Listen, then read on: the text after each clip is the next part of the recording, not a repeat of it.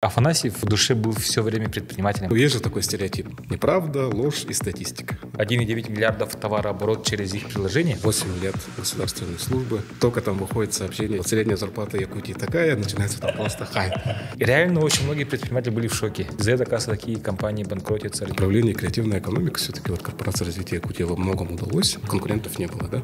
Но это оказалось еще и большей проблемой. Лучше бы он был, наверное. Там в другой город приезжаешь и начинаешь как бы ходить по магазинам и устанавливать приложение. Ощущения другие, чем ты в Якутске ездишь и общаешься с якутскими продавцами. Ну, плюс и наша азиатская внешность. Да? Самое первое, это, конечно, решиться. Хлебзаводы, они как бы имеют самую большую аудиторию. Основное, конечно же, там фишка – это доверие. А доверие – это всегда какая-то предсказуемость. Всем привет, меня зовут Дулстан Табун, я сооснователь консалтингового центра Focus Pro. Мы занимаемся развитием бизнеса с помощью внедрения систем управления маркетингом, персоналом и финансами. И мы сейчас стали понимать, что недостаточно просто выстраивать бизнес-процессы. Нужно предпринимателю, руководителю заниматься прокачкой своего мышления, понимания стратегии, масштабирования, партнерства, построения команды. Очень много таких тонких моментов, которые не везде можно прочитать, не везде можно научиться. И поэтому решили усилить наш YouTube-канал, где будем приглашать уже опытных предпринимателей, которые уже быстро и очень масштабно растут, и которые расскажут конкретно на своем опыте, что они делали, и дадут рекомендации, как можно выстроить тоже такие рабочие моменты в своих организациях. И сегодня наш гость Афанасий Захаров. Афоня мой друг, мы, можно сказать, чуть-чуть знакомы со школы, но больше познакомились после студенчества было, да? После студенчества. И в чем уникальность Афанасия, вот история Афанасия относительно других предпринимателей? Афоня буквально 2 года назад работал в бюджетных структурах Паллади, почти все время работал в бюджетных структурах, но человек... я все равно думаю, что Афанасьев больше в душе был все время предпринимателем, потому что я как с ним общался, он всегда заряжал идеи, работал в Федеральной службе статистики, да? И он там говорил, давай вот так будем делать, там статистики показывал и так далее, вообще он вдохновлял своими идеями. И при этом, когда работал в корпорации развития Якутии, он тоже там был инициатором многих проектов и тоже создавал очень классные идеи. И при этом он 2 года назад уже создал свою идею, и при этом это стало уже масштабировать. И условно буквально за 2-3 года очень хорошие масштабы. Платформа Retaily — это онлайн-приложение, чтобы продуктовые магазины в основном удобно заказывали у оптовиков или производителей товары. И реально с помощью этого приложения многие бизнес-процессы ускорились в разы, и при этом оптимизировались многие расходы и так далее. То есть бизнес реально стал эффективнее работать. 1,9 миллиардов товарооборот через их приложение. Это или понимание товарооборот через их приложение. То есть сколько товарооборота от поставщика до магазина. Афанасий, можно сказать, наверное, основной идеолог, и у него в команде много ключевых партнеров и служителей, и они сейчас масштабно растут по России, в Иркутске, в Бурятии, Владивосток, да? И Камчатка. Мы запускаемся в Ижевске, и так далее. То есть уже масштабно захватывают Россию, и у них огромные, большие масштабные цели. Афоня, можешь вкратце рассказать, минут 5-10, с чего ты начинал, не путь предпринимательства, чуть-чуть рассказать, чем ты занимался на первой работе, на второй работе и так далее, и как постепенно пришла мысль Retaily? Про первую работу у меня, получается, 8 лет государственной службы в рядах статистики. Наверное, я там прошел путь от человека, который стоял около принтера, печатал переписные бланки. И последняя моя статья там была организация переписи населения. Такой долгий путь, как я сейчас смотрю.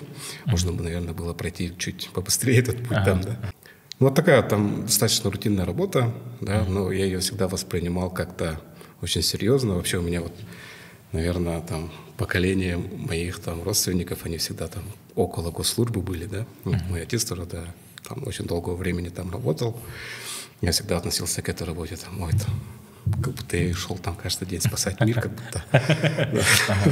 Хотя я там, сейчас вот думаю, неинтересная работа была. Хотя это вот на самом деле даже не работа, а такая школа, наверное, была, да, вот там учился там пониманию вообще процессов, там, стандартизации, систематизации себя, да, то есть это госслужба к этому все-таки там немножко притягивает, да, вот, точнее, он тебя учит этому, да, систематизации и так далее. Вот. Там были еще периоды, когда я работал, уходил из статистики, временно работал в авиакомпании, там тоже какие-то интересные проекты. Ну, а так всегда вот что-то заманивало, да, что-то интересное, хотелось там увидеть, что же происходит там за пределами госслужбы. Вот. Ну и в 2019 году познакомился с руководителем корпорации, с Афанасием Савиным. Что тебе нравилось в статистике? Вот именно, я просто помню, как ты в то время вот заряжал идеями и так далее, вот про статистику, что вот это нужно изучать, это нужно вот это планировать и так далее, да? И ты как думал, почему это важно было знать там другим людям, руководителям, предпринимателям, вот и на основе этого как принимать решения? Вообще вот, есть же такой стереотип, да, там 3 вида лжи, типа там ложь, неправда и статистика. В смысле, я не понял. Говорят же, что есть 3 вида лжи. Типа там неправда, ложь и статистика. Это один из видов неправды. Как только там выходит сообщение, типа вот средняя зарплата Якутии такая, начинается там просто хайп. Просто вот кто такие зарплаты получает и так далее. И вот мне вот тогда казалось то, что, возможно, вот сам орган статистики чуть-чуть неправильно преподносит, точнее, во-первых, не тем людям доходит эта информация, да, и вот использование таких данных. Это, на самом деле, вот надо понимать, что статистика, она все-таки, методология, это не российская статистика, а международная. То есть это вот эти показатели нужны больше для сравнения. То есть, например, как мы относительно, там, не знаю, там, Африки, Америки, не знаю, там, Австралии. То есть методология статистика, она единая по всему миру плюс-минус. Да, и вот эти вот такие показатели, они больше для сравнения. Понятное дело, там есть как бы там часть оценочного суждения, да, со стороны статистики, экспертное мнение, но в большинстве своем это такая большая работа по добыванию этих данных. Да, то есть на самом деле вот никто не видит этой работы, она очень сложная, кропотливая, там просто вот люди сидят там годами, вот как и я, да, чтобы там вытащить вот эту вот там одну циферку, на основе которой строится потом очень много там и прогнозов, экономической политики и так далее. То есть это больше, наверное, данные больше для профессиональной среды. И вот, кстати, вот я в том числе, почему с тобой общался, вот хотелось поделиться, да. То есть вот как можно использовать типа наши данные, потому что этих данных очень много, и вот вы зайдете на сайт Росстата, мне кажется, обычный обыватель просто потеряется там. То есть нужен человек, который там понимает, как это, где эти цифры, какие именно надо оттуда брать, да, потому что там может быть такая, что там, цифра рождаемости, она может отличаться там, у одного источника, у другого, и как бы обыватель, типа, опять вот почему говорят, что ложь. Хотя на самом деле вот эти вот данные, они как бы носят разные цели, да, то есть для цели одного расчета нужен именно такой показатель, а для цели там расчета одного нужен именно такой. Ну, то есть вот это очень сложная такая среда.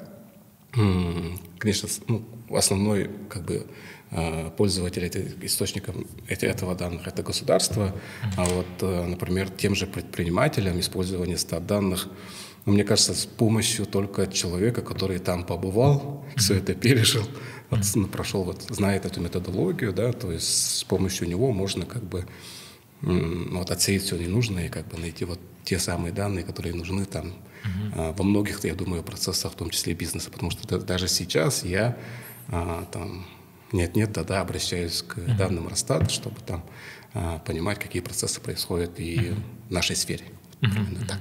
Я здесь добавлю, на самом деле, Афоня, не знаю, это осознает или нет, вот он очень сильно повлиял на Focus Pro, на самом деле. Потому что Афоня даже выступал на наших самых первых обучающих курсах для предпринимателей. И вот та идея, которую он объяснял, что нужно изучать статистику, рождаемость, вот демографические ямы, короче, меня это настолько впечатлило, что мы в основные программы обучения это вот обязательно включали. И реально очень многие предприниматели были в шоке. блин, оказывается, такая ситуация, такая раздаемость, сейчас вот из-за этого, оказывается, такие компании банкротятся, развиваются, и при этом, оказывается, нужно это изучать, анализировать, что мы потом что стали вот заморачиваться вот изучение анализа рынка, вот, что нужно понять вообще, сколько можно максимум заработать, и можно ли вырасти в 2 раза или там в 10 раз, и вот они стали изучать, и вот после на основе этого уже планировать там расходы на рекламу, сотрудников, расширять, не расширять и вложения. И вот это вот очень много вклада было в фоне во все вот это. И реально фоне, короче, очень сильно расслаблял. Спасибо. Вот, и, кстати, я вот... Вклад же больше твой, наверное, чем мой. Я тут как бы... Я себе представляю. Ну, короче, у Афони есть такая черта, короче, то он умеет как-то заражать идеи. Короче, жестко, короче, кефир, на кило. Очень много впечатлений, а потом уже человек думает, блин, а как это можно вот себе применить? И, ну, и реально, вот я очень много у Афони, очень полезных, короче, мыслей взял. Если вы руководитель коммерческой организации, то уверен, что вам сложнее с каждым годом увеличивать продажи. Почему так происходит? Потому что рынок особо не растет из-за многих внешних политических, социальных, экономических ситуаций, а конкуренция усиливается. В такой ситуации нужно усилить часть маркетинга. При этом уже ресурсов самого руководителя не хватает. Нужны сильные специалисты, маркетологи, СММщики, рекламщики. При этом такие люди появляются, кажется, в Якутске, но почему-то у них эффективности мало. И поэтому нужно руководителю самому понять, как управлять процессами маркетинга. Для этого мы в Focus Pro помогаем с бизнес-сопровождением, управлением маркетингом, где полностью от начала до конца улучшаем процессы: стратегический маркетинг, тактический маркетинг, контент-план, медиаплан, план бюджета, то есть все полностью от начала до конца. И тогда эффективность начинает расти. Напишите слово «маркетинг» по WhatsApp, ссылки в описании, и тогда первая консультация по маркетингу для вас будет бесплатной. Ждем вас! Ты вот, помнишь, рассказывал, условно из России, из Якутии, статистику Якутии, например, да, там смотрит в месяц условно 100 человек, а из Америки там 1000 человек. Вот объясни, почему такая ситуация. На самом деле, вот когда увидел это, сам был тоже в шоке. Вот на сайте есть же вот эти вот калькуляторы кликов, типа сайтов, да, кто сколько заходит. И вот как-то я зашел и смотрю статистику. Вот из России, по-моему, на тот момент на наш сайт, вот якутской именно статистики заходило, типа там, ну, как ты говорил, 100 с чем-то человек за год. И даже за год те. Именно вот во вкладку демография и так далее. То есть там можно вот как-то структурированно можно было смотреть. А там еще статистику как бы давали по другим, в разрезе других стран. И как бы шокировало, что больше, вообще тысяч, я не помню уже сколько тысяч там, но из Америки просто нереально колоссальное количество заходов. Я не знаю, там это связано там с VPN-ами или чем-то, хотя там вряд ли, да. В то же плевого не владеет. Да. Вообще вот есть такой демограф, я уже забыл его фамилию, он как-то к нам выступал, приходил, и он говорил то, что вот он эту проблему тоже указывал, что в Штатах или там вообще зарубежные страны нас изучают больше, чем мы сами. У них это вот, ну, как бы, где родина вот этих всех маркетингов, анализов, ну, то есть это же с Запада к нам пришло, да. То есть они очень хорошо это, я так понимаю, на это смотрят, да, и если даже заходить на их какие-то аналитические отчеты, их смотреть, ты там можешь найти как бы аналитику по Якутии, что как бы там, казалось бы, там зачем, да, но они очень хорошо изучают. А в наших там аналитических отчетах нашей страны там редко где увидишь вот какие-то такие хорошие аналитические там отчеты. Да? То есть в основном это там во-первых, они внутри страны изучают, а что там происходит в штате, не знаю, там Монтана, Соединенных Штатов Америки, ты никогда нигде не увидишь в России, короче. А у них это можно увидеть, что происходит в Якутии, в России, как бы там, в каких-то отчетах. То есть вот такой подход. А вот как думаешь, они это больше для условно военных политических целей изучали или все-таки для экономических каких-то целей? Так, ну я тут только, наверное, свое субъективное мнение могу сказать, да. Здесь, наверное, тогда пример приведу корпорации развития Якутии. Вот, как бы я участвовал в написании концепции развития креативной экономики. И вот у нас в России как бы в практике вот этого направления, как бы в основном типа там вот надо развивать креативные индустрии там и так далее, да. Ну, то есть подход такой более экспертный, типа даже вот в самой стандартизации, кто входит в эту классификацию креативных индустрий и так далее, да. А вот мы как бы вот якутская концепция развития креативной экономики, там мы немножко украли идею у британцев. У британцев очень все статистически грамотно сделано, начиная там от переписи населения. То есть они там очень глубоко изучают, да, очень хорошо классифицируют, ну, прям вот читаешь их документы и думаешь, вау, там, когда наша страна дойдет до такого уровня структуризации и прям вот до атомов расщепить вот это вот понимание, да, вообще вот этих всех направлений. Ну, то есть вообще вот сам подход, я сейчас начну хвалить, как будто там зарубежные страны. Ну, я к тому, что где-то мы лучше, наверное, где-то они лучше, да, но здесь я как бы немножко мне стало там не то чтобы обидно, да, типа вот хотелось, как бы, как и они, да, вот расщепить на атомы. То есть у них вообще вот такая глубокая проработка, скажем так, да, а у нас в стране все-таки пока такой, наверное, ну, я не знаю, это хорошо или плохо, я вот просто как статистику сужу, да, мне как статистику нужно, чтобы это было там расщеплено до атомов, да. Вот, но у нас пока, вот, ну вот, как минимум в некоторых, ну, наверное, в большинстве, вот, наверное, направлений пока такого нету подхода именно, чтобы прямо вот дотошно, вот, например, мы же не изучаем, что происходит в каких-то штатах, либо в каком-то городе, там, зарубежной стране, да, они изучают. Они прям расщепляют это по атому. Да, весь мир они изучают, и поэтому у них, как бы, наверное, и сами стратегии, которые они пишут, вот, носят такой глобальный, масштабный характер, потому что есть данные об этом. Ну и условно получается, вот, например, допустим, среднему предпринимателю из Америки, чтобы открыть бизнес там в Таиланде, в России, там, не знаю, в Казахстане, да, уже там может быстро найти данные, проанализировать. Да, у него инструментов больше будет. И уже он понимает, там, стоит вкладываться, не стоит, сколько вкладывать. А нам все-таки немножко сложнее как бы увидеть это все, скажем так. Хорошо, и теперь перейдем к следующей работе. Знаешь, вот чем заинтересовала меня вторая работа? Вот, в принципе, это, знаешь, как вот была следующая ступень, то есть я вот в корпорации развития Якутии тоже как бы занимался аналитикой. То есть вот как бы вот появилась некая возможность использовать знания, которые ты приобрел в статистике, уже как бы в реальной жизни, да. То есть вот как вот в реальной жизни, вот используя там стат-данные, можно что-то там поменять, да. То есть такая интересная работа была. Поэтому, наверное, достаточно быстро согласился. Начали, и сама задача была очень интересная. Вот в то время, уже в 2018 году, у нас глава поменялся, да, Исен Сергеевич пришел, у него там такие тоже достаточно масштабные глобальные цели ставились, и это все, короче, немножко так интриговало, да, заряжало. Корпорация развития Якутии — это республиканская организация, задача которого, ну, условно, конечная цель — это развитие Якутии. Да. И в целом развитие экономики Якутии и многих социальных факторов Галаги. И для этого они анализируют много местного опыта, российского, зарубежного опыта, анализируют данные и конкретно выстраивают, помогают выстроить стратегии многим структурам, чтобы вот это реализовалось.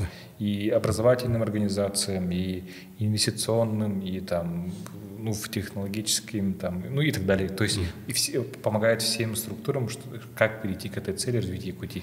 И при этом у них есть ресурсы, как технопарк, IT-парк, это же корпорация развития, да? Ну, не совсем. То есть корпорация развития Якутии все-таки является одним из этих институтов. То есть таких институтов достаточно много по разным направлениям. Понятное дело, там как бы ресурсы и корпорация тоже ограничены, да, то есть как бы здесь. Ну, вот, мне кажется, вот изначально идея была заложена в том, чтобы выбрать какие-то ключевые направления, да, которые там при вкладе там, таких ограниченных ресурсов могут повлиять как бы на большее, да, что-то такое, ну, как бы зародилось что-то больше. Вот тоже мы действовали в основном там в условиях ограниченных ресурсов. Вот вообще вот там я научился, наверное, вот называется это проектный менеджмент, который я до сих пор там с собой ношу. Это главное как бы главный итог вообще проектного менеджмента — это вот научиться работать в условиях полной неопределенности и отсутствия денег, что называется. Да? То есть, когда там, ты не знаешь, что должно получиться в конце, у тебя там ресурсов нет, но это ты должен этого добиться. И примерное направление. Да, примерно на север. Да, примерно на север. Ну, то есть и достаточно короткое время тебе дается, да, то есть и вот за короткое время ты должен выстроить как бы стратегию и как бы начать ее реализовывать. Ну, мне кажется, вот в направлении креативной экономики все-таки вот корпорация развития Якутии во многом удалось как бы сделать очень много значительных проектов, и сейчас очень много. На самом деле, корпорация, я благодарен корпорации, у нее достаточно хорошая, очень хороший, точнее, коллектив, да, и сам руководитель такой, который там постоянно проект. И это, как бы, мне кажется, вот это вот ведет вот именно те направления, которые под ней подвязаны, как бы вперед. Да. Вот мы сидим в этом кластере, вот в 2019 году там мы даже мечтать, наверное, не могли в корпорации, что там такое помещение появится крутое, где там. Я сейчас тоже дополню. То есть многие не понимают, мы сейчас сидим в здании кластера труда, и здесь очень много резидентов, где-то 50 плюс-минус же, да? В том числе мы, Focus Pro, и здесь вот эта студия производственной компании «Камелек» и много маленьких организаций, которые снимают фильмы, дизайн-студии, проектные организации и так далее. И вот эта все концепция была разработана корпорацией развития Якутии и реализована вот буквально год назад. И сейчас вот мы тоже пользуемся вот условно услугами креативного кластера труда. И реально здесь очень много движухи происходит, там создание новых проектов, там движухи и так далее. И мне кажется, скоро это будет приносить очень крутые результаты. И вот одним из и инициаторов, и разработчиков, ну, как стратегии, какие-то классы труда, вот был Афанасий. Ну, наверное, я как бы там принимал участие, скажем так, да, то есть, наверное, было бы там неправдой сказать то, что там я там прямо создавал такие проекты, да, то есть это большая работа большой команды, и инициатива как бы достаточно многое шла и сверху, да, что какие проекты должны быть, да, то есть мы это в основном как бы формализовывали и превращали как бы там в что-то там другое, да. И дальше когда зародилась идея ритейля и как начали это реализовывать? Так, вот как раз-таки, наверное, сама идея ритейля, она пришла вот во время моей работы в корпорации. Это была, наверное, совместная идея, вот в том числе и с участием самого директора корпорации, да, то есть мы когда вечером собрались, у нас проходила, ну, ты помнишь, да, курс «Глобальный бизнес». И вот зародилась такая мысль, что можно создать такую платформу, при этом как раз-таки мы решали кейс Якутского хлебокомбината тогда. И вот сама идея вот такой платформы, она уже была там реализована в виде там мобильной версии сайта. Ну, то есть как бы там это начиналось зарождаться только как проект хлебозавода, да. Мы, наверное, эту идею дополнили тем, что можно собрать как бы местных производителей и в целом как бы помочь масштабировать их там продажи и так далее. Вот как раз-таки вот глобальный бизнес же про это будет сосредоточен, да, то есть это маркетинг, там глобальный бизнес надо расширять там, и так далее. Вот, и вот, знаешь, вот у меня, наверное, никогда не было мысли, что я стану бизнесменом, да, то есть, предпринимателем. Я вот воспринимал это все как проект, типа, там, надо этот проект как-то там, да, как-то доделать его, типа, сделать, запустить, типа, там, что-то там предпринять.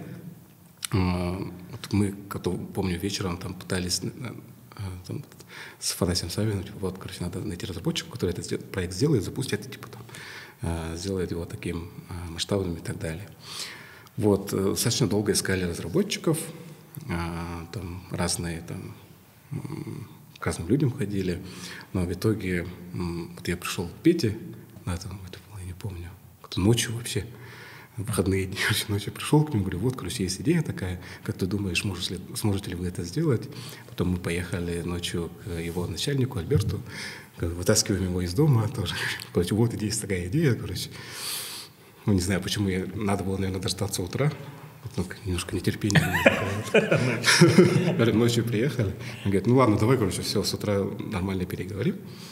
Вот, и как бы все согласовали, как бы, да, давайте попробуем. Где-то, по-моему, в январе начали эту программу писать, за месяц написали, в феврале запустили на андроиде, в апреле уже в App Store, буквально там вот 3-4 месяца, и этот проект запустился, да, то есть тут надо, наверное, еще мне, наверное, повезло с разработчиками, потому что они, у них уже слаженная команда была, то есть не надо было там самому там что-то вот это вот доделывать, да, какие-то там элементы именно командообразования в разработке.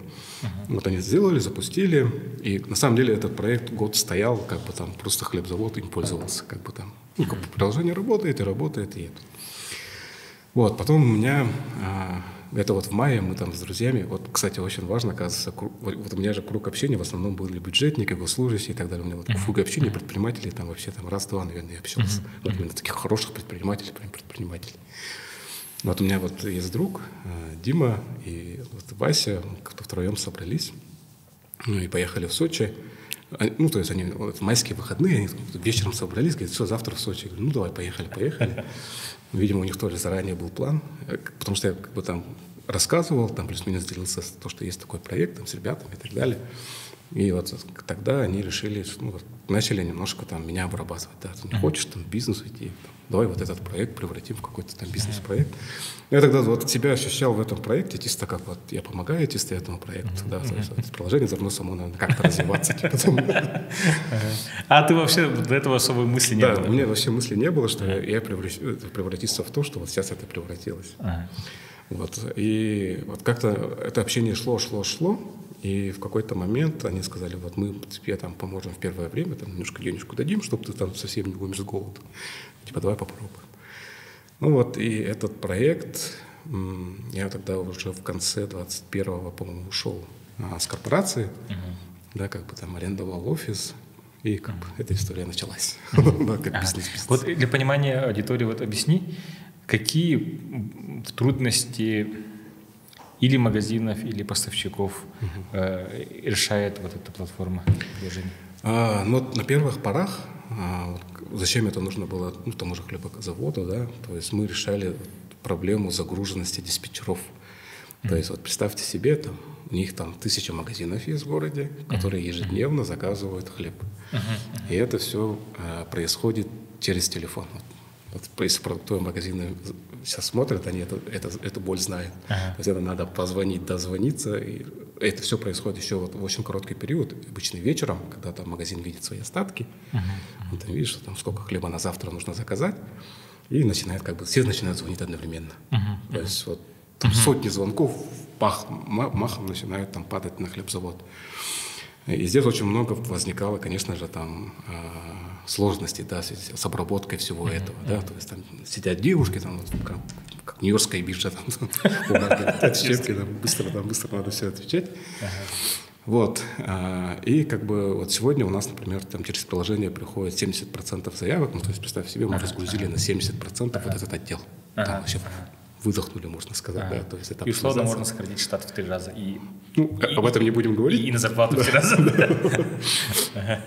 Вот. Далее мы, как оказалось, эта аудитория у хлебзаводов самая обширная аудитория в любом городе. То есть хлеб нужен всем, хлеб очень быстро оборачиваемый продукт, это скоропорт. Да, и мы изначально, конечно, мы понимали это. То есть я когда мы начали говорить о бизнесе, я начал немножко выстраивать эту стратегию. Типа насколько это масштабируемо, оценивал рынок, да, сколько мы можем заработать, там, насколько это масштабируемо, насколько это там... разные методы применял.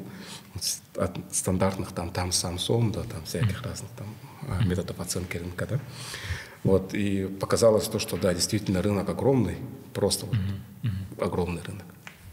И начали с хлебзавода, потом начали подключили, по-моему, ФПК Якутия, молочный дождик, мясной двор.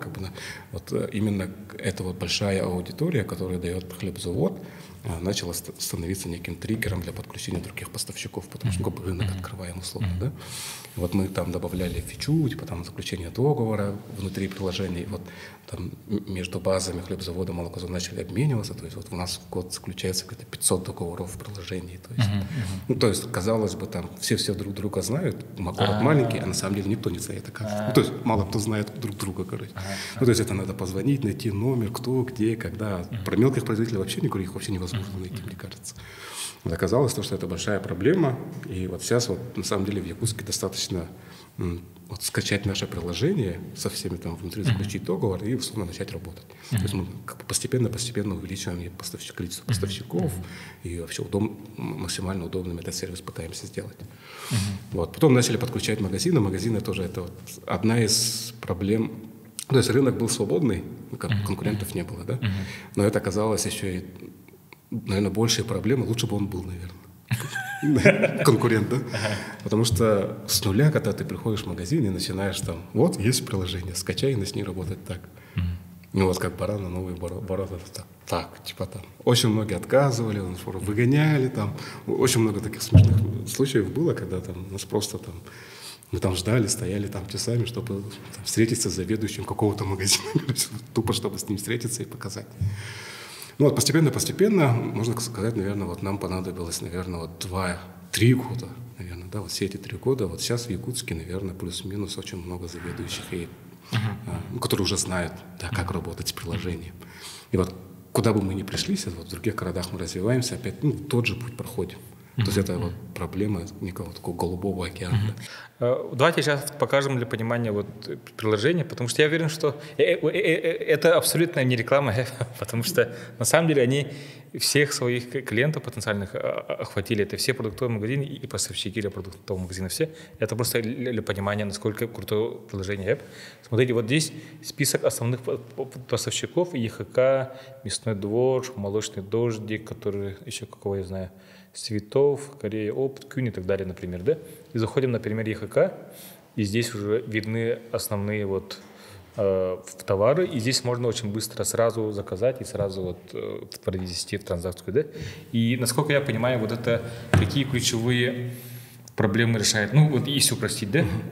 То, что раньше была очень большая нагрузка на диспетчеров, а сейчас уже все автоматизировано, и при этом уже с помощью автоматизации заказчики, то есть это магазины, уже больше заказывают. Да. Потому что если быстро по телефону человек спешит с 2 сторон, уже мало заказывают. И сейчас сразу средний чек, понимаете, по-моему, в 30%, да?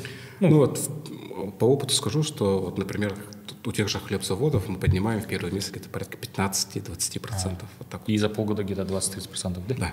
И получается просто за счет удобства, условно, средний чек растет на 30% условно, и продажи условно на 30%. Да. Ну, это в больших масштабах, это огромные деньги, да? И при этом, насколько я понял, все максимально автоматизировано в том плане, что там сделали заказ, а потом на основе этого сразу автоматом счет, там, да. туда-сюда. Да. То есть это падает сразу в 1С, то есть диспетчеру надо только просто все, реализацию пустить, и все. А раньше, получается, вот все тупо ручная работа. Кто-то позвонил, потом человек это понял, не понял, потом вбил, потом опять там бумага туда-сюда, короче. И это уже автоматизируется. И вот это вот реализовали якутские ребята. Вот опять там, да? Ага, хорошо. Вот. И получается, ну сейчас у вас в команде, ты говорил, 7 человек, да? Ну да, у нас 6 человек, ну и разработка в сорсе. И разработка. И вот якутские ребята вот это реализовывают, там обороты уже, товарооборот там многомиллиардный. И объясни, пожалуйста, вот какие трудности в IT-сфере ты... Ну, допустим, явно многие предприниматели, условно скажем, с традиционной сферы, да, торговли, услуги, производство, да, строительство, хотят что-то айтишное. И там зарабатывать как Арсен Томский, как Ушницкий, Майтона, да, и фам сразу, условно, да. Вот хотят войти в IT-сферу, но понимают, что есть там свои плюсы и минусы. Вот сначала расскажи про минусы, там какие сложности. Так, минусы. Основной минус, наверное, это то, что ты постоянно масштабируешься, и вот условно у тебя нет, наверное, вот точки. То есть, если ты не определил свою точку, типа там, все, я на этом остановлюсь, вот ты, наверное, никогда не заработаешь, точнее, вот ты не вытащишь оттуда деньги. То есть, постоянно масштабируя, ты вкладываешь, да, то есть, ты только вот в операционке. Вот даже помню же, вот этот Федор Овчинников же говорил, «Зато пицца», я, говорит, через 7 лет только увидел свой первый миллион на счету. То есть, 7 лет он просто тупо на дошираках это делал. И, насколько знаю, вот очень много проектов, они Вот даже вот крупные Alibaba, они до сих пор же убыточные считаются, операционно-убыточные компании, IT. Да, то есть это постоянное вкладывание денег в разработку, да, то есть какие-то там проекты, да, и так далее. То есть доработка. И вот найти вот эту вот как бы золотую середину, типа вот отсюда я начну, наверное, там себе чуть-чуть там денежку вытаскивать. Да, это очень, наверное, трудно. Ну, по крайней мере, мне сейчас непонятно, да, когда этот день наступит. Ну, то есть вот теперь вот у нас, например, там мы там вышли на Дальний Восток, теперь там надо в Центральную Россию выйти. А потом появляется какой-то Казахстан. Какая-то страна еще появляется, Беларусь. Ну, то есть ты постоянно вот в процессе как бы там реинвестирования тех денег, которые зарабатываешь, да, то есть это постоянно требует каких-то там... Не, ну, поди, это и в традиционном бизнесе так.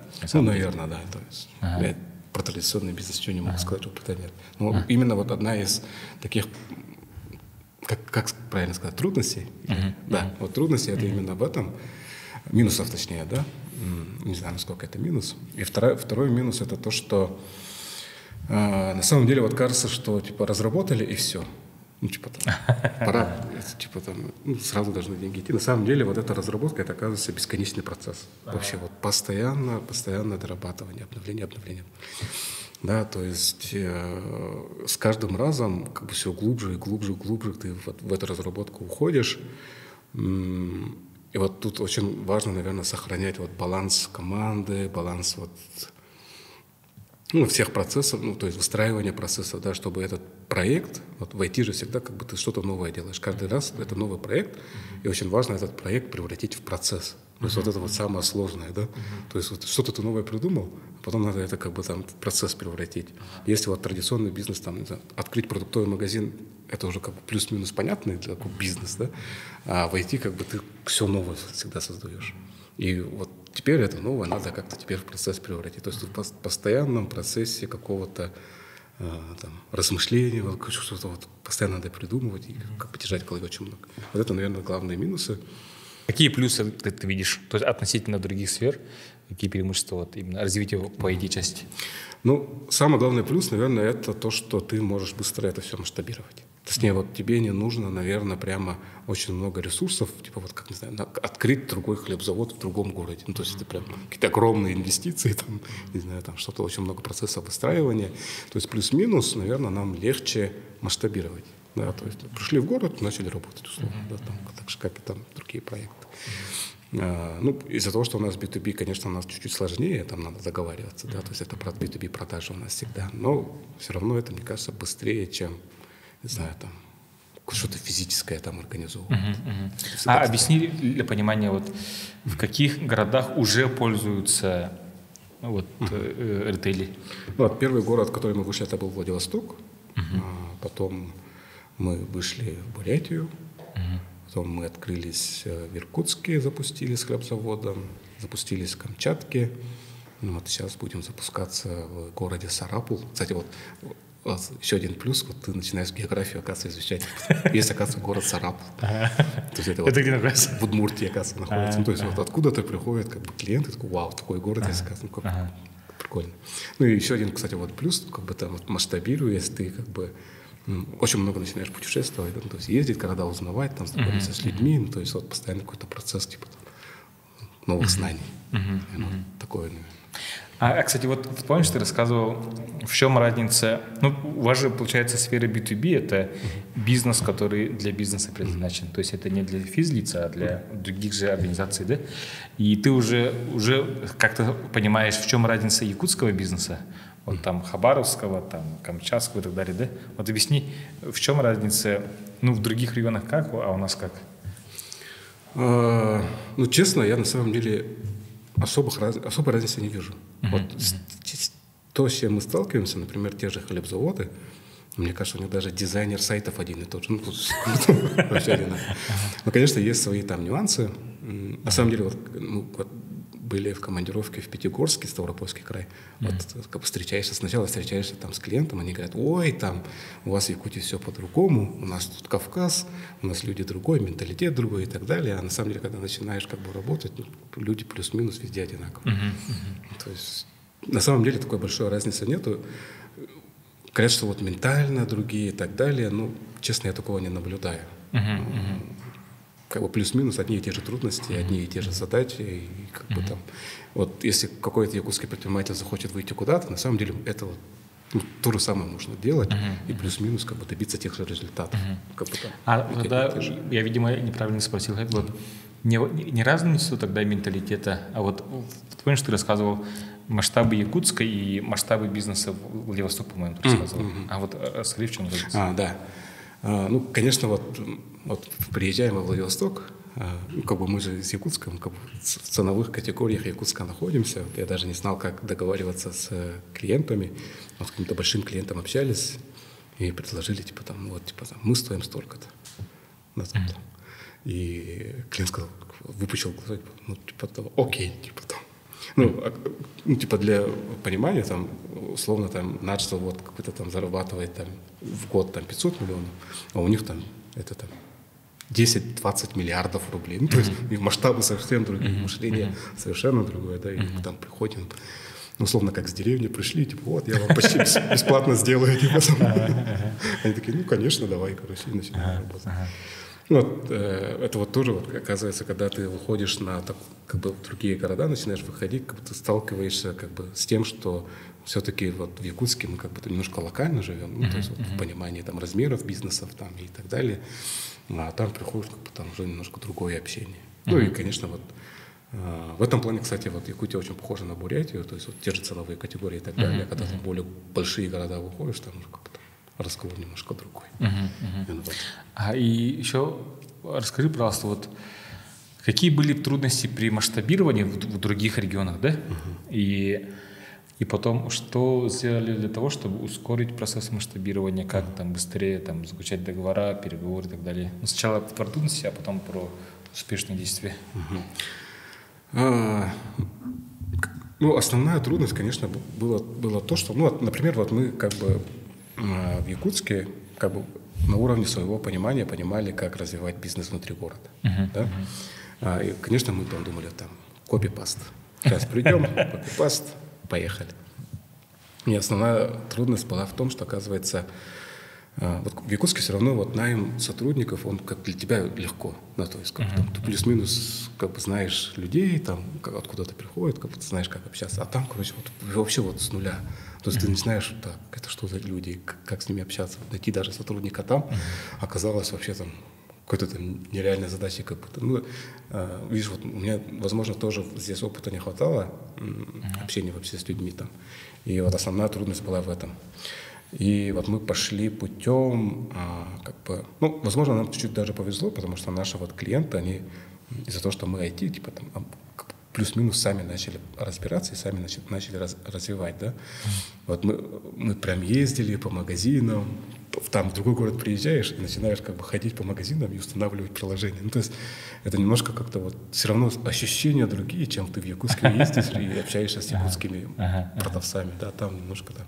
Ну, плюс и наша азиатская внешность, да, там как бы Владивосток. Ну, Владивосток все плюс-минус, ладно. То есть вот это вот, наверное, была там основная трудность. Ну и вообще вот, когда ты все равно удаленно, да, там вот мы как основной костяк команды в Якутске, и надо там, туда ездить, там что-то делать, и вот, когда ты только начинаешь работать, еще и денег особо не хватает, вот, все планируешь, короче, и так далее. Вот мы сейчас, кстати, начали пробовать вариант партнерства, да, то есть своими силами, это, конечно, это долго, то есть это очень время. Вот мы сейчас пытаемся идти путем уже партнерства, да, то есть у нас уже в городах есть партнеры, которые, ну, как условно, как франшиза, да, то есть мы там заключаем с ними партнерский договор. И в итоге уже первый такой партнер есть? Да, у нас в Иркутске уже есть партнер, и вот в других городах тоже как бы есть заинтересанты, то есть мы уже как бы выстраиваем, вот, как, вот Иркутск был как проект, да, то есть вот получится партнерка или не получится. Вот сейчас уже, в принципе, выходим на стадию, когда мы этот проект можем уже превращать в процесс, то есть, чтобы быстрее идти, как бы партнерка, да, то есть как бы дать другим предпринимателям заработать на типа ритейле. Почему нет? То есть это перспективно, как будто очень многие видят в этом перспективу, особенно те, кто в этой среде крутится, да, то есть это вот те коммерческие директора или потом бизнесмены, которые в этой среде, они как слышат про ритейл, типа, что можно так делать, они там прям загораются и начинают что-то уже делать. Хорошо. И вот у меня такой вопрос. У вас же есть секретная фишка для масштабирования.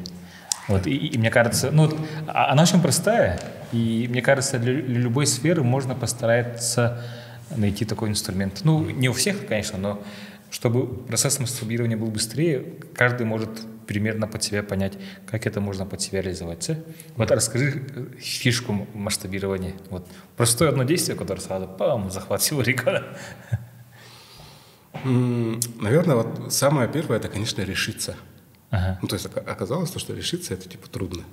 Ага. Вот когда ты... Я к тому, что вот, мне кажется, нету такой прямо там... Ты поймешь, сидя в городе Якутске, в чем твоя фишка. Надо туда выйти, и ты поймешь свою фишку. Да, и вот когда мы начали выходить, как бы там, вау, там это, оказывается, можно.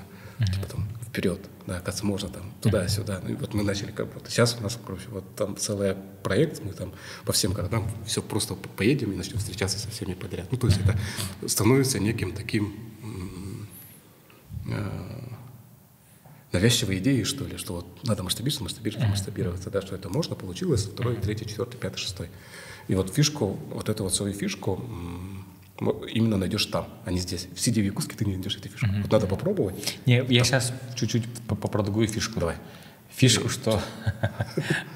То есть вы же не стараетесь на самом деле подключать все 1000 магазинов продуктовых. Вы просто находите одну организацию. Сейчас, да. Я понял.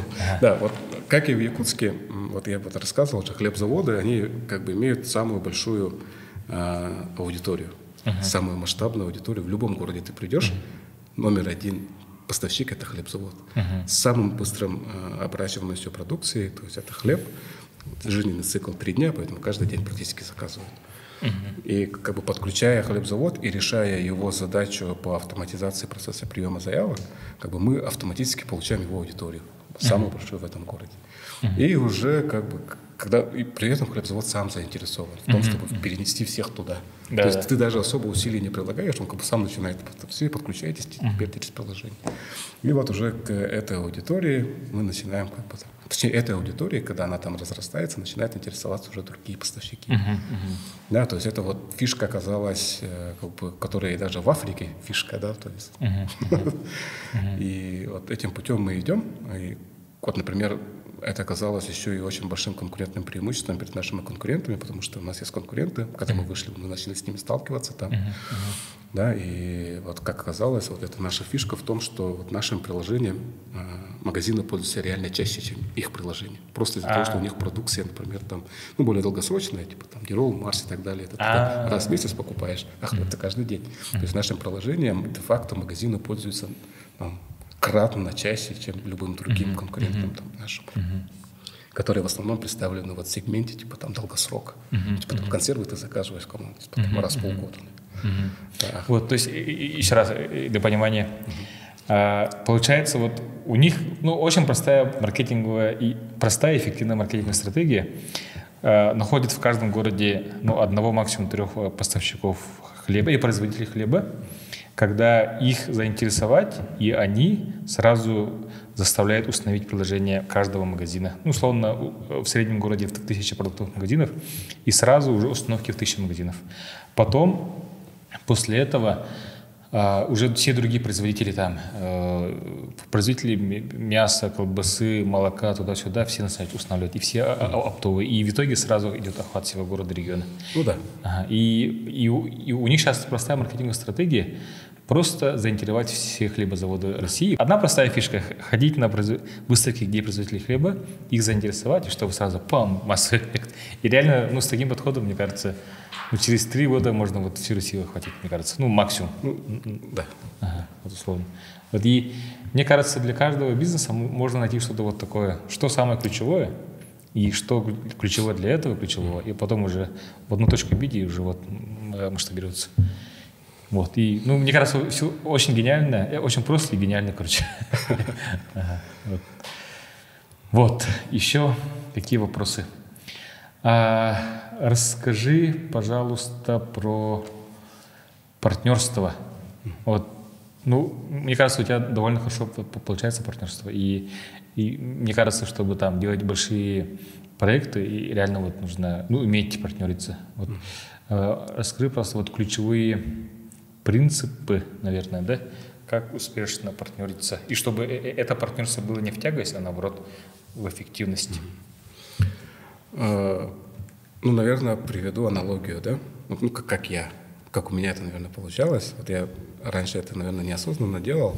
Вот сейчас, когда я там B2B продажами более начал углубляться и структурировать, вот это очень похоже на B2B продажи именно на каких-то продуктов, которые имеют там долгий цикл отношений с клиентом. Ну, к примеру, там, продать картошку, типа это там ты продал и все, забыл клиента, да? А вот, например, у нас продукт ритейля, это все-таки нас покупает условно на всю жизнь. Ну, то есть клиент сразу понимает, что я покупаю этот продукт на всю жизнь. И когда ты покупаешь продукты на всю жизнь, ты как бы более подробно смотришь своего продавца потенциального, да? То же самое, как вот смотри, как бы там есть отношения, там, не знаю, там, девушку, которой ты там встречаешься там короткое время, либо там жена. То есть жену такую выбираешь все равно там подольше. И то же самое здесь, мне кажется, вот основное, конечно же, там фишка — это доверие, да, то есть вот на чем строятся вообще какие-то долгосрочные отношения, да. Доверие — это всегда какая-то предсказуемость. Доверие основывается на какой-то предсказуемости, то есть человек знает, что ожидать от другого человека, что в каких-то ситуациях поступит так. Да, и вот мне кажется, вот основная как бы мотивация партнерства и поиска партнеров заключается в том, чтобы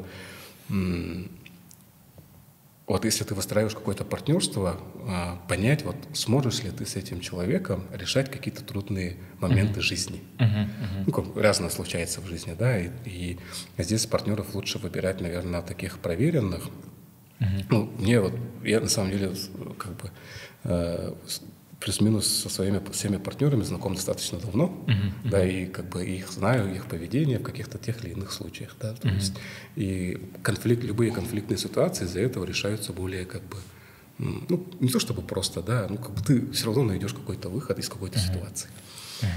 Вот, и ну, вот, как бы сейчас вот, то же самое, вот как в продажах, если у вас, например, нету на примете какого-то партнера, можно, наверное, вот как и в продаже вот нашего продукта, ритейле, ну, как бы есть понятие тестовый период у нас всегда.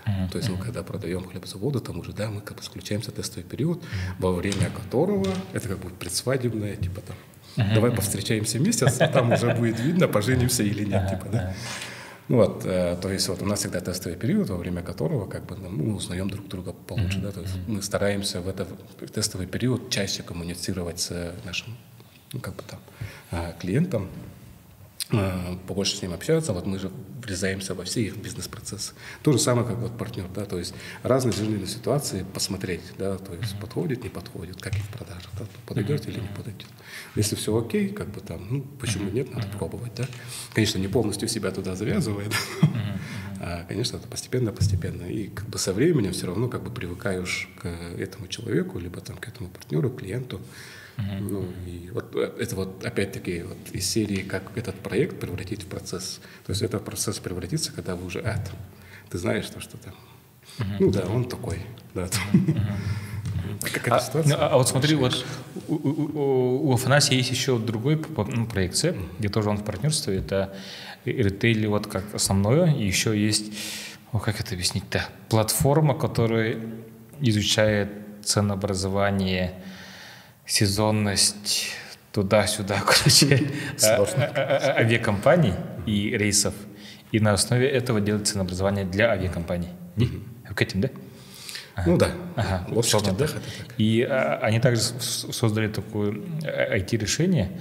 Это почему они создали? Потому что из-за санкций вот ведущая американская компания, да, которая вот такую услуги предоставляет, IT-компания, они вышли из России, поэтому уже в России начали разрабатывать такую платформу.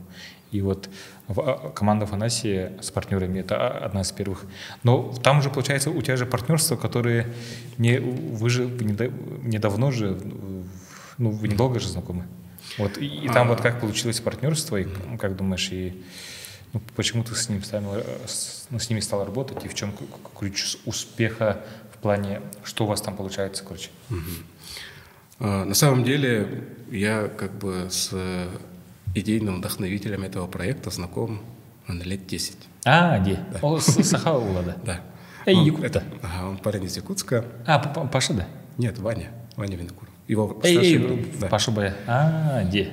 Вот, и как бы, ну, опять-таки, вот с ним мы, наверное, тоже огонь в воду, сколько там проектов. А Ваня тогда работает в Азимуте, да? Да, он работает. Блин, оказывается, просто. Да. Ну, то есть, опять-таки, это, видишь, вот партнерство, которое все-таки на каком-то доверии и понимании предсказуемости твоего там партнера, да, то есть, и он знает мое поведение в каких-то случаях, и я знаю его предсказуемое. Ну, то есть, вот, и здесь, вот, наверное, вот это вот и как бы там...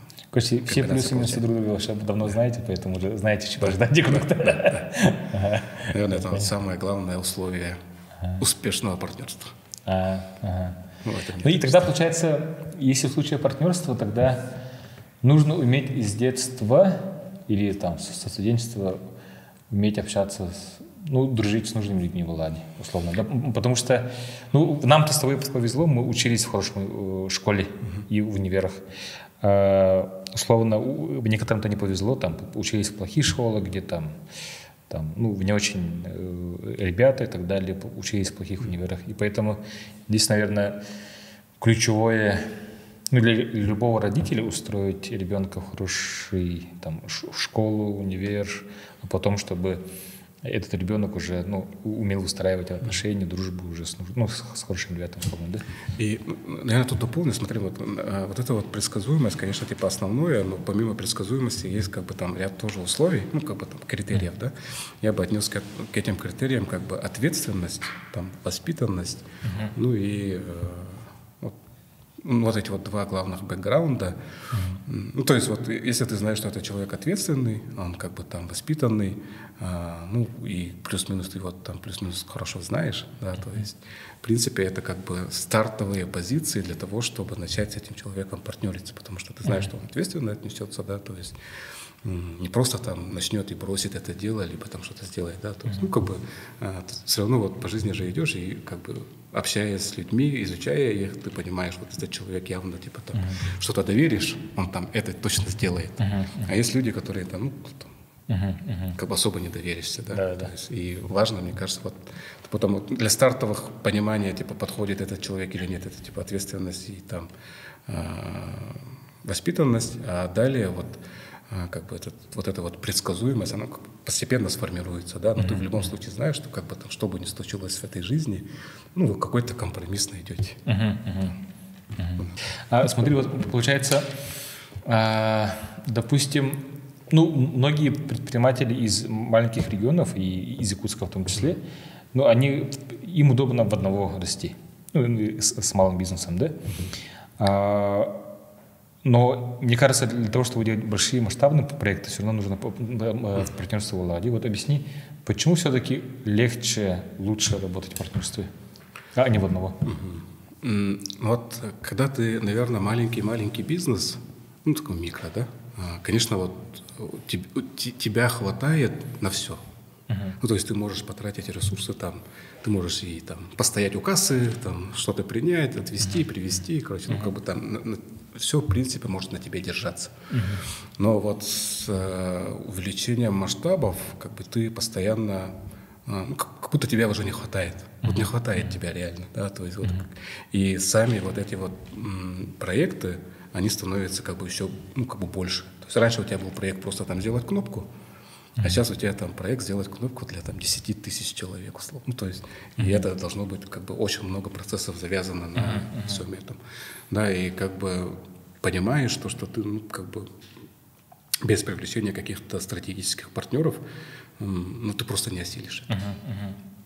То есть ресурсов человека все равно ограничен, и плюс там со временем ты все равно же хочешь там больше времени семье уделять, там, и так далее. Как бы жизнь же не только это работа, это все равно какие-то другие процессы, которые тебя окружают, да, там, саморазвитие и так далее. То есть и ты понимаешь, что и ты можешь увязнуть в этом. То есть если ты один, ты увязнешь, и как бы и развитие на этом остановится.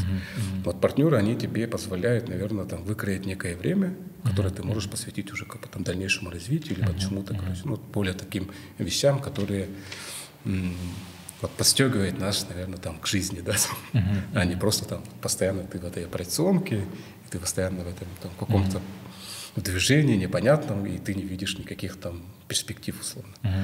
И вот в том числе, вот, кстати, вот у нас, например, там очень хорошо сейчас, надеюсь, получится и с крупными ну, не буду загадывать, но у нас есть вот появятся, надеюсь, крупные партнеры, которые и по России нам помогут масштабироваться. Да, мы только будем рады, если они там нам помогут во всем этом деле. И вот, общаясь вообще с людьми, ты понимаешь, что ну, вот этим клочком счастья надо делиться. Да, то есть, вот, надо уметь, то есть, освободить себя от того, что ой, там все на мне должно быть и так далее. Типа, ну, типа. Да, вот Афоня, короче, говорил мысль Тохтин. Ну, что лучше, там, условно, с имущества бизнеса, либо с актива бизнеса 100% владеть, либо с капитала большой компании миллиард владеть там 10%. Ну, то есть, если у тебя рынок такой большой, огромный, ну, типа там, я не знаю, вот эти вот там какие-то там доли и так далее, которые ты делишься, это на самом деле только тебе поможет там прийти быстро к большим результатам. Ну, или ты, вот, как ты сказал, можешь сидеть там с миллионом, 100%, это все твое. Либо с миллиарда до 10% это уже сколько там? Ну, да. 100 миллионов. Ага, хорошо. И расскажи про цели компании Retail. Дальше, там, ближайший год, 3 года, 5 лет. Вот если загадывать, ну, давай вот, наверное, с далеких целей начнем, да? Из далеких целей у нас, ну, вот вообще мы видим компанию, точнее, вот, как бы у нас много, кстати, вот внутренних стратсессий проходит, и мы там пытаемся всегда там образ будущего создать, да? К чему мы идем, зачем мы это вообще делаем. Вот основная идея, как бы заложенная вот сейчас в нашей стратегии, это вот то, что ритейл в будущем должно стать неким помощником, да, образ будущего. То есть это вот любой предприниматель, который хочет там открыть свой продуктовый магазин, ему будет достаточно скачать наше приложение. То есть он может найти там весь спектр услуг в этом городе, чтобы открыть этот, чтобы он никуда не ходил, вот лежа на диване, ты там хоп-хоп-хоп-хоп, ты нашел помещение, кадры. Даже помещение. Ну, то есть, вот, ну, то есть у нас, смотри, вот сейчас аудитория же наша, это условно порядка 3000 продавцов, то есть они прям, которые каждый день сидят в нашем приложении. Да, то есть, продавцов это магазины? Да, это продавцов магазина, заведующих, то есть это люди, которые, ну, на наш взгляд, продвинутые, да, то есть продвинутые только заведующие пользуются нашим приложением. Вот. Ну, то есть, вот, чтобы максимально облегчить ему жизнь, вот у нас скоро появится там, возможность оплатить онлайн, да, то есть продукты там, взять в рассрочку продукты, да, то есть вот спектр услуг внутри приложения будет именно в этом направлении развиваться, зная то, что ну, то есть у нас есть конкретная целевая аудитория, примерно видим их запросы, и вот в этом направлении будем развивать. Это вот именно по развитию приложения, да. Ну, конечно, вот далее у нас, знаешь, вот как забег, да, то есть вот у нас мы в этом году поставили цель Сибирь. Ну, то есть вот в конце года прошлого мы собирались там с нашими партнерами, и я показывал, что вот в этом году мы там выйдем на сибирские города. Да, Дальний Восток уже плюс-минус, мы там везде есть, вот сибирские города. Но вот тут надо тоже быть, оказывается, гибким, потому что заказы начали идти у нас вообще с центральной России. То есть Рязань, там вот Ижевск, Удмуртия, там Ставропольский край. Ну и это не означает, что ты должен отказать, у нас там Сибирь, типа, да, ну, оказывается, можно и там. И плюс у нас вот в этом году начали выходить еще и вот из других стран, да, это, конечно же, СНГ. И как бы мы не отказываемся там, где у нас есть возможности, где у нас появляются какие-то партнеры и так далее, мы там welcome, да, то есть, конечно, в ближайшие годы, и мы понимаем, что основной рынок это у нас Россия, СНГ, и это огромный рынок на самом деле, для нас это, ну, вот, B2B, это же оптовый, это просто вот мне даже в голове не помещается, насколько это огромный рынок, насколько это важно. Вот для понимания, смотрите, товарооборот продуктовых магазинов в Якутске 4 миллиарда в месяц, в год условно 50 миллиардов. Это один город. И, допустим, отсюда, если комиссия ритейля будет 1%, это тоже огромная деньга. Если по всей России там 1000 городов, это посчитайте, какие деньги. Ну да, то есть, ну мы понимаем, что у нас там есть чем заняться в ближайшие 5 лет в нашей стране, короче, да. Ну, конечно, цели ставим там максимально, да, просто вот интересно, да, тоже другие страны тоже очень интересно. Мы вот в прошлом году в Африку ездили и изучали там, где можно, оказывается, можно и там. Потому что вот рынок B2B, он как бы и в Африке рынок B2B оказывается, да. То есть и туда тоже можно. Мы даже конкурентов там видели, то есть там рынок подогревается. Ну, скажем, пусть подогреет рынок, мы потом придем. И более такой философский вопрос, да? Допустим, 5 лет прошло. И ритейл, огромная организация, допустим, по капитализации стала в единорогом, то есть это там стоимость $1 миллиард, как уже наравне с индрайвером, там деньги крутятся, там 5000 сотрудников и так далее. И ты понял, что ты все то, что хотел реализовать, реализовал, короче. Что бы ты... И денег у тебя вообще бесконечность, ну, условно, да? Что бы ты дальше хотел делать? Допустим, 5 лет прошло уже. Что дальше? Ну, вот я 100% убежден, что даже, наверное, в следующем году у меня другой проект появится. Ну, то есть вот постоянно... Вот параллельно летели, у меня вот проект вот по там... Ну, вот авиационная тема, да, там параллельно я там что-то там и здесь в республике делаю. Не, ну я к тому, что из этих 3 проектов и так далее уже много чего реализовалось, у тебя уже все хорошо работает, команда крутая, деньги есть. Вообще не обязательно вот бизнесовые цели, вообще что бы ты дальше хотел делать? В моменте, да, вот сейчас очень начала интересовать тема вот искусственного интеллекта, который мы вообще реализовали еще вот в авиационной теме, да. И вот хорошо было бы, наверное, через 3 года уже какой-то серьезный проект в этой сфере сделать, ну, реализовать, именно в жизнь воплотить, чтобы это была именно бизнесовая тема, которая приносит там доход и как бы опять самостоятельно живет. Ну, наверное, вот такое вот через 5 лет, наверное, что-то такое будет. Пока вот так вот вижу. Все равно что-то в области IT владеть? Ну да, скорее всего, в области IT. И такой вопрос. Как думаешь, вот, ну, ты же довольно много сейчас и видишь по странам и по регионам владеть. В чем ключевое, как ты видишь, отличие якутских предпринимателей от других? Ну, или конкурентное преимущество, или вот отличие?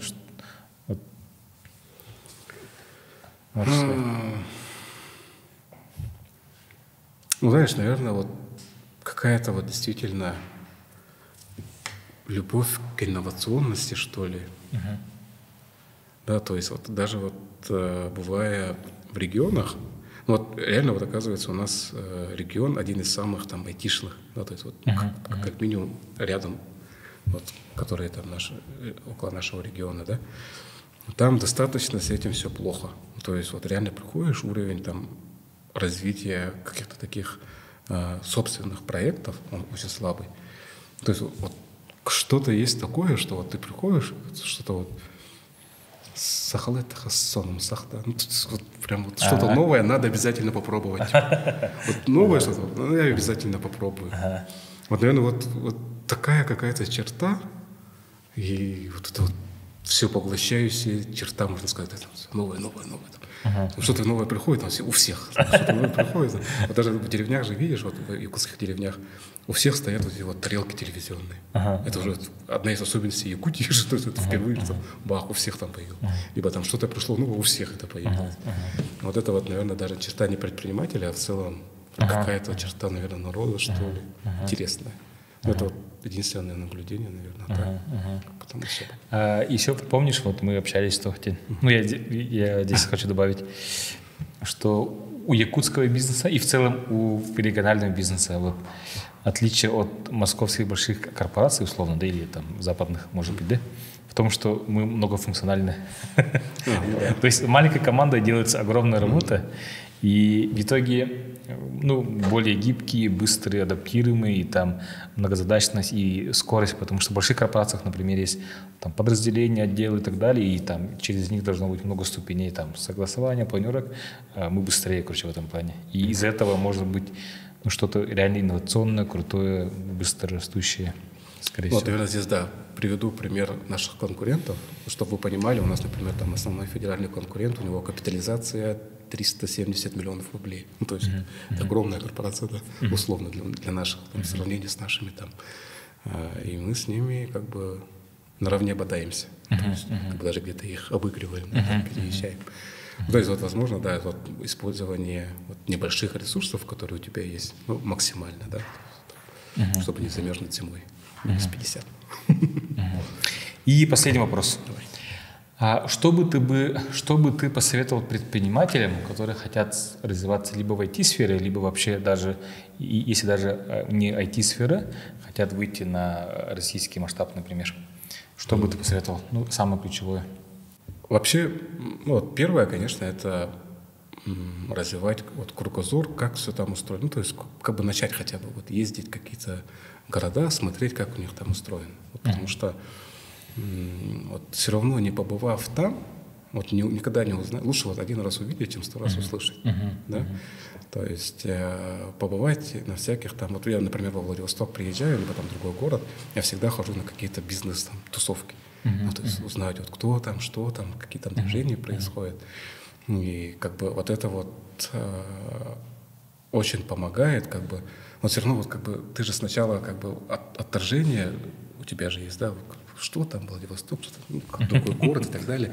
И пока ты туда не придешь и не начнешь вот эту вот химию их принимать, ну, как бы там в их какую-то вот струю заходить, да, то есть очень трудно, наверное, будет и как бизнес туда выходить. То есть ты должен себя ощутить частью этого города. Ну, как бы там немножко привыкнуть, и уже начнется вот какие-то движения, да, первые знакомства какие-то начнутся, да, то есть там очень много же сейчас форматов, типа там всякие мастер-майнды и так далее, где вот предприниматели вот как это собирают, там штурмуют что-то, да, то есть на самом деле вот предприниматели и здесь, и там, у них как бы одинаковая черта, они очень коммуникативны, да, то есть они за новые знакомства, они там все впитывают, и вот ходить туда, и вот начать впитывать вот их там, химию, да, там, обмениваться этой химией, и, ну, привыкать, да, вот сейчас у меня, например, там уже, когда в другой город приезжаем, как бы там особого труда нету, как бы начать их химию принимать и в себя встраивать. Как бы ты становишься частью этого города.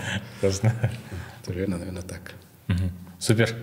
Афоня, спасибо большое за то, что поделился опытом. Мне кажется, твой опыт уникальный, потому что, ну, как сказать-то, ну, с бюджетной структуры быстро, ну, создать классный проект, мне кажется, это мало кто, или даже никто до этого не сделал. И то, что ты, ну, вкладываешь свою душу, идеи, там, инновации в команду, в людей, короче, и реально в меня много заложил, и это мы применяем, и реально в республику. То есть Афоня человек скромный. Слишком много человек. Афоня человек скромный, на самом деле, но он реально делал очень классные проекты, дела, которые сейчас влияют на многие процессы в республике, короче. И мне кажется, вот ритейл тоже будет одним из примеров, ну, как создавать, ну, масштабированные продукты. И, надеюсь, Афоня также будет делиться своим опытом, не знаю, там что-то дополнительное будет консультировать, там, обучать и так далее. Спасибо, что нашел время. Тебе спасибо.